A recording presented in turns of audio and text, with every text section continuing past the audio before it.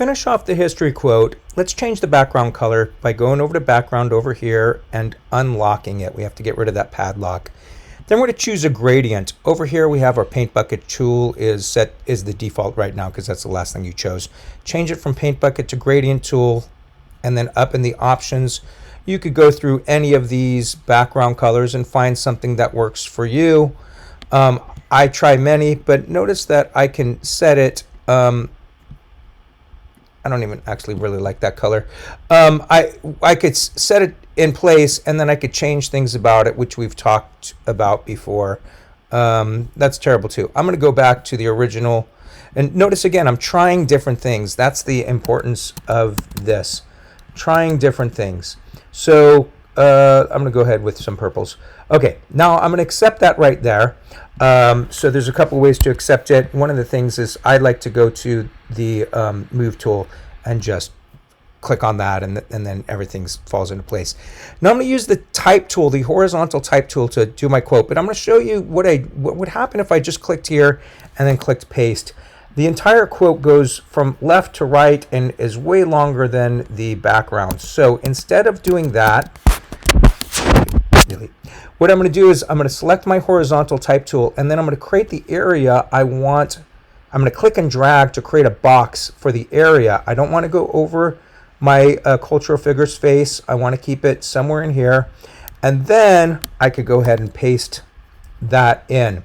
White is a great color, but especially once you have that white color, you need to, whenever you put the quote in, you need to make sure you have quotes, nothing to do with the white color. You want to start with a quote, end with a quote. That's really important.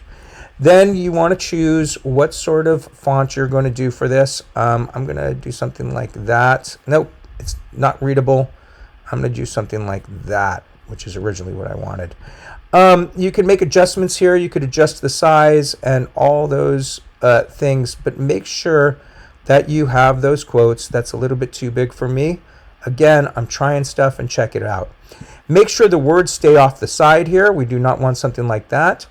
And now, once I have the quote like this, it's really good to come back in and on that quote, you can add an effect, bevel, emboss. It's different types of things. Just see how that works out. They don't always look great, but that looks a little nice. It makes it pop a bit. And then the last thing I want to do is I want to add another text thing where I have the person's name. It must be in a different font here. So I'm going to click here. I'm going to type George Washington Carver. It's always good to start with a hyphen space. I'm going to move that into place. And now again, oops, I don't have that hyphen space. Hyphen space. And then it has to be a different font than the original font. And I like to find signature looking things here. You don't have to, but look how that's a different font. I'm going to go ahead and add that same bevel and emboss to give it kind of the same feel. And then there you go. Save it as a PSD file and then export as a PNG. I'll save this as an example right there. And upload that, a JPEG or a PNG, to the assignment. One for women's history, one's for black history.